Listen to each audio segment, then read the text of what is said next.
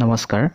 আজিৰ মই ভিডিঅ'টোত ভাৰতীয় সংবিধানৰ কেইটামান গুৰুত্বপূৰ্ণ বিষয়ৰ ওপৰত আলোচনা কৰিবলৈ ওলাইছোঁ, যিকেইটা বিষয় প্ৰায় আমাৰ প্ৰতিযোগিতামূলক পৰীক্ষাত এই বিষয়সমূহৰ পৰাই প্ৰশ্নসমূহ অহা দেখা যায়। পোনপ্ৰথমে ভাৰতীয় সংবিধানৰ এক ঐতিহাসিক পটভূমি আছে। এই পটভূমি হৈছে যে 1922 চনত মহাত্মা গান্ধীয়ে ভাৰতীয়সকলৰ বাবে নিজা এখন সংবিধানৰ দাবী কৰিছিল। প্ৰথমবাৰৰ বাবে মহাত্মা গান্ধীয়ে এই দাবী কৰিছিল। ইয়াৰ পিছতে 1927 চনৰ চাইমন কমিছনেও ভাৰতৰ কাৰণে এখন সুকীয়া সংবিধানৰ ওপৰত গুৰুত্ব দিয়ে। ইয়াৰ পিছত 1934 চনত ভাৰতীয় জাতীয় কংগ্ৰেছ দলেও এখন সংবিধান সভা গঠনৰ বাবে প্ৰস্তাৱ গ্ৰহণ কৰে। আৰু ব্ৰিটিছ চৰকাৰে চাইমনৰ প্ৰতিবেদন গ্ৰহণ কৰাৰ সময়ছোৱাত লণ্ডনত ভাৰতীয় প্ৰতিনিধিসকলৰ লগত মতামত বিনিময় কৰিছিল। আৰু এই মতামতৰ ভিত্তিতেই 1935 চনত ভাৰত চৰকাৰৰ আইন গ্ৰহণ কৰা হয়। এই আইনখনক ভাৰতীয় সাংবিধানিক ইতিহাসৰ অতি গুৰুত্বপূৰ্ণ বুলি গণ্য কৰা হয়। গতিকে এইটো এটা খুব গুৰুত্বপূৰ্ণ কথা যে ভাৰতীয় সংবিধানৰ ইতিহাসত যে 1935 চনৰ ভাৰত চৰকাৰৰ আইনে এক গুৰুত্বপূৰ্ণ ভূমিকা পালন কৰিছিল। ইয়াৰ পিছত দ্বিতীয় বিশ্বযুদ্ধৰ সময়ত ব্ৰিটিছ চৰকাৰে যে ভাৰতীয়সকলৰ সমৰ্থন লাভ কৰাৰ কাৰণে 1940 চনৰ আগষ্ট প্ৰস্তাৱৰ জৰিয়তে এক সুকীয়া সংবিধানৰ দাবী ব্ৰিটিছসকলে মানি লৈছিল। আৰু সেই দাবী অনুসৰিয়ে 1946 চনত কেবিনেট মিছন ভাৰতলৈ আহে আৰু ভাৰতৰ বাবে এক সুকীয়া সংবিধান ৰচনা কৰিবলৈ প্ৰস্তাৱ আগবঢ়ায়। গতিকে আগষ্টৰ প্ৰস্তাৱটো গ্ৰহণ কৰা হৈছিলে 1940 চনত। এই প্ৰস্তাৱটো গ্ৰহণ কৰাৰ একমাত্ৰ কথাটোৱে হৈছিলে যে দ্বিতীয় বিশ্বযুদ্ধত ভাৰতীয়সকলৰ পৰা যাতে ব্ৰিটিছসকলে সমৰ্থন আদায় কৰিব পাৰে। ইয়াৰ পিছত 1946 চনত কেবিনেট মিছন ভাৰতলৈ আহে আৰু কেবিনেট মিছন ভাৰতলৈ অহাৰ লগে লগে তেওঁ এখন সুকীয়া সংবিধান ৰচনা কৰিবলৈ প্ৰস্তাৱ আগবঢ়ায়। আৰু এই প্ৰস্তাৱ মৰ্মে এই প্ৰস্তাৱত ভিত্তি কৰি ডক্টৰ ৰাজেন্দ্ৰ প্ৰসাদক এই সংবিধান সভাৰ সভাপতি ৰূপে নিৰ্বাচন কৰা হয়। গতিকে এইটো এটা গুৰুত্বপূৰ্ণ প্ৰশ্ন হ'ব যে ভাৰতীয় সংবিধান সভাৰ সভাপতি ৰূপে কাক নিৰ্বাচন কৰা হৈছিলে। এইটো উত্তৰটো হৈছে ডক্টৰ ৰাজেন্দ্ৰ প্ৰসাদ। আপোনালোকে স্ক্ৰীণত দেখিব পাৰিছে। আৰু ডক্টৰ ৰাজেন্দ্ৰ প্ৰসাদ আছিলে আমাৰ স্বাধীন ভাৰতৰ প্ৰথমজন ৰাষ্ট্ৰপতি। গতিকে ৰাজেন্দ্ৰ প্ৰসাদৰ নামটো অহাৰ লগে লগে দুটা প্ৰশ্ন আমাৰ মনলৈ আহিব লাগিব। সেইকেইটা হৈছে যে তেওঁ সংবিধান সভাৰ সভাপতিও আছিলে আৰু তেওঁ ভাৰতীয় স্বাধীন ভাৰতৰ প্ৰথম ৰাষ্ট্ৰপতিও আছিলে।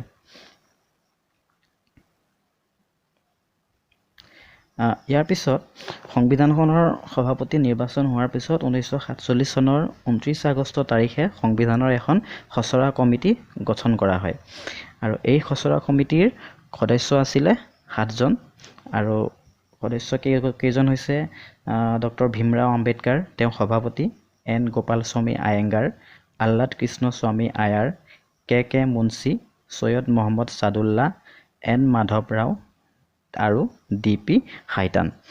এইকেইজনৰ ভিতৰত ভাৰতৰ প্ৰধানমন্ত্ৰী পণ্ডিত জৱাহৰলাল নেহেৰুও সংবিধান ৰচনাৰ খচৰা কমিটিৰ সদস্য নাছিল যদিও তেওঁ সংবিধান ৰচনাৰ ইতিহাসত গুৰুত্বপূৰ্ণ ভূমিকা গ্ৰহণ কৰিছিলে। ডক্টৰ ভীমৰাও আম্বেদকাৰৰ সম্পূৰ্ণ নাম আছিল বাবা চাহেব ভীমৰাও আম্বেদকাৰ। তেওঁক সন্মানসূচকভাৱে বাবা চাহেব বুলিও জনা যায়। আৰু এই আম্বেদকাৰৰ এই ভাৰতীয় সমাজত থকা অস্পৃশ্যতা দূৰীকৰণৰ বাবে সংবিধানত মৌলিক অধিকাৰ সন্নিৱিষ্ট কৰিছিল।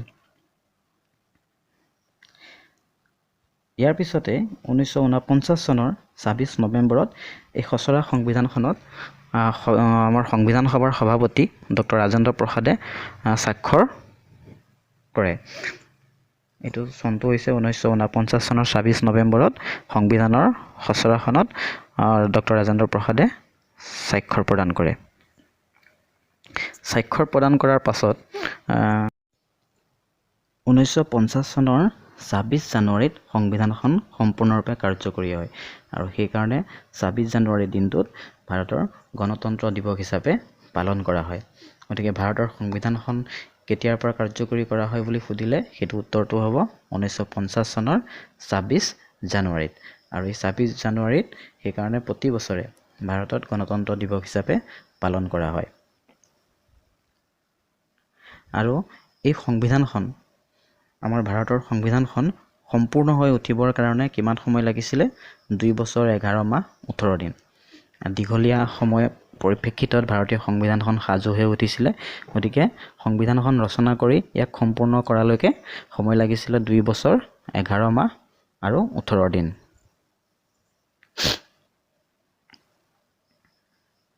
এতিয়া ভাৰতৰ সংবিধানৰ যিসমূহ আদৰ্শ আছে সেই আদৰ্শ বিভিন্ন দেশৰ সংবিধানৰ পৰা গ্ৰহণ কৰা হৈছে। যেনেকৈ আমি স্ক্ৰীণত দেখিছোঁ যে ব্ৰিটিছ সংবিধানৰ পৰা সংসদীয় গণতন্ত্ৰ লোৱা হৈছে, আয়াৰলেণ্ড সংবিধানৰ পৰা নিৰ্দেশক নীতিখিনি লোৱা হৈছে, ফৰাচী সংবিধানৰ পৰা স্বতন্ত্ৰতা, সমতা, ভাতৃত্ববোধ লোৱা হৈছে, মাৰ্কিন যুক্তৰাষ্ট্ৰ মানে আমেৰিকাৰ পৰা লোৱা হৈছে মৌলিক অধিকাৰ, কানাডা, অষ্ট্ৰেলিয়া আৰু দক্ষিণ আমেৰিকাৰ পৰা লোৱা হৈছে যুক্তৰাষ্ট্ৰৰ শাসন ব্যৱস্থা। এই স্ক্ৰীণৰ এই কথাখিনি খুবেই গুৰুত্বপূৰ্ণ। এই কথাই আমাৰ পৰীক্ষাত আহে যে কোনখন সংবিধানৰ পৰা যে মৌলিক অধিকাৰটো লোৱা হৈছে মাৰ্কিন যুক্তৰাষ্ট্ৰ। গতিকে এই কথাখিনি খুব গুৰুত্বপূৰ্ণ। এতিয়া হৈছে সংবিধান ৰচনা কৰাত অসমৰ ভূমিকা কি আছিলে? আমি দেখিছোঁ যে সংবিধান খচৰা সমিতিৰ একমাত্ৰ সদস্যজন হৈছে অসমৰ একমাত্ৰ সদস্যজন হৈছে সৈয়দ মহম্মদ ছাদুল্লাহ। তেওঁৱে একমাত্ৰ সদস্য যি তেওঁ খচৰা কমিটিৰ সদস্য আছিলে। লগতে গোপীনাথ বৰদলৈয়েও সংবিধানৰ ৰচনা কৰাত তেওঁ গুৰুত্বপূৰ্ণ ভূমিকা আছিলে। গোপীনাথ বৰদলৈ আছিলে সংখ্যালঘু উপদেষ্টা সমিতিৰ সভাপতি। এইটো গুৰুত্বপূৰ্ণ কথা আছে সংবিধানৰ যে গোপীনাথ বৰদলৈ সংখ্যালঘু উপদেষ্টা সমিতিৰ সভাপতি আছিলে। আৰু কেইবাজনো ব্যক্তি আছিলে অসমৰ, ইয়াৰ ভিতৰত গোপীনাথ বৰদলৈৰ নামটো উল্লেখনীয়। আৰু এই সংখ্যালঘু উপদেষ্টা সমিতিৰ সভাপতি হিচাপে থকাৰ পিছত এই সমিতিৰ পৰামৰ্শতে আমাৰ সংবিধানত 6ষ্ঠ অনুসূচী অন্তৰ্ভুক্ত কৰা হৈছিলে। গতিকে প্ৰায় এইটো আমাৰ অসমৰ নিউজত প্ৰায় এইটো আহে 6ষ্ঠ অনুসূচী। গতিকে 6ষ্ঠ অনুসূচীখন কোনখন সমিতিৰ পৰামৰ্শত সংবিধানত অন্তৰ্ভুক্ত কৰা হৈছে? সেইখন হৈছে সংখ্যালঘু উপদেষ্টা সমিতি। আৰু এই সমিতিৰ সভাপতি আছিলে আমাৰ গোপীনাথ বৰদলৈ। আৰু গোপীনাথ বৰদলৈ আছিলে স্বাধীন অসমৰ প্ৰথম মুখ্যমন্ত্ৰী। ইয়াৰ পিছত আমাৰ সংবিধানত দুটা আদৰ্শ সংযোজন কৰা হৈছিলে। সেইটো হৈছে 1976 চনৰ 42তম সংশোধনীৰ দ্বাৰা সমাজতান্ত্ৰিক আৰু ধৰ্মনিৰপেক্ষ এই দুটা আদৰ্শ পুনৰ সংযোজন কৰা হৈছিলে।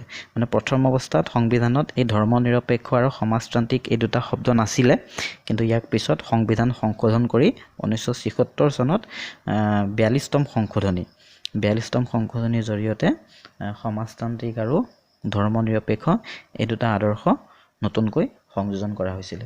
গতিকে এইটো খুব গুৰুত্বপূৰ্ণ যে ধৰ্মনিৰপেক্ষ শব্দটো আমাৰ সংবিধানত কিমান চনত সংযোজন কৰা হৈছিলে? সেইটো হৈছে 1976 চনৰ 42তম সংশোধনীৰ জৰিয়তে। ভাৰতৰ সকলো ধৰ্মৰ মানুহে নিজ ইচ্ছা অনুসৰি যিকোনো ধৰ্ম পালন, গ্ৰহণ, চৰ্চা আৰু প্ৰচাৰৰ বাধাহীনভাৱে কৰিব পাৰে। এতিয়া আহিলে প্ৰস্তাৱনা। এইটো খুব গুৰুত্বপূৰ্ণ সংবিধানৰ প্ৰস্তাৱনাৰ অৰ্থ হৈছে যে পাতনি। যিকোনো কিতাপ এখনৰ আমি যেতিয়া পঢ়োঁ তাৰ এটা পাতনি থাকে, ঠিক তেনেকৈ আমাৰ সংবিধানৰ এটা প্ৰস্তাৱনা আছে। আৰু এই প্ৰস্তাৱনাৰ আমাৰ সংবিধানৰ 4টা আদৰ্শ আছে। সেইকেইটা হৈছে ন্যায়, স্বাধীনতা, সমতা আৰু ভাতৃত্ববোধ। এই আদৰ্শকেইটাৰ অবিহনে আমাৰ সংবিধানখন আধৰুৱা। গতিকে এই আদৰ্শৰ ওপৰত ভিত্তি কৰিয়ে আমাৰ সংবিধানখনক গুৰুত্ব প্ৰদান কৰা হৈছে। গতিকে প্ৰস্তাৱনাটো হৈছে আমাৰ সংবিধানৰ প্ৰাণকেন্দ্ৰ স্বৰূপ।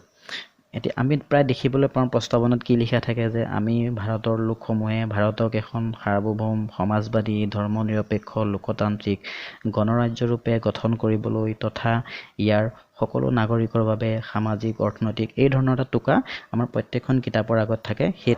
সেইটোৱে হৈছে আমাৰ সংবিধানৰ প্ৰস্তাৱনা। লগতে আমাৰ সংবিধানৰ আৰু এটা বৈশিষ্ট্য হৈছে যে ই পৃথিৱীৰ ভিতৰতে আটাইতকৈ দীঘল আৰু লিখিত সংবিধান। ইয়াত 395টা অনুচ্ছেদ, 22টা অধ্যায় আৰু 12টা অনুসূচী আছে। গতিকে আমাৰ প্ৰশ্ন আহিব পাৰে যে আমাৰ সংবিধানখনত ভাৰতৰ সংবিধানখনত কিমানটা অনুচ্ছেদ আছে গতিকে উত্তৰটো হ'ব 395টা অনুচ্ছেদ 22টা অধ্যায় আৰু 12টা অনুসূচী আছে গতিকে আজিৰ এই ভিডিঅ'টোত ভাৰতীয় সংবিধানৰ ওপৰত বিভিন্ন প্ৰতিযোগিতামূলক পৰীক্ষাত যিসমূহ সম্ভাৱ্য প্ৰশ্ন উত্তৰ আছে সেই প্ৰশ্ন উত্তৰসমূহ মই ইয়াতে আলোচনা কৰিবলৈ চেষ্টা কৰিছোঁ গতিকে ভিডিঅ'টো যদি আপোনালোকে ভাল পাইছে বেলেগলৈ শ্বেয়াৰ কৰিব আৰু ছাবস্ক্ৰাইব কৰিব নাপাহৰিব ধন্যবাদ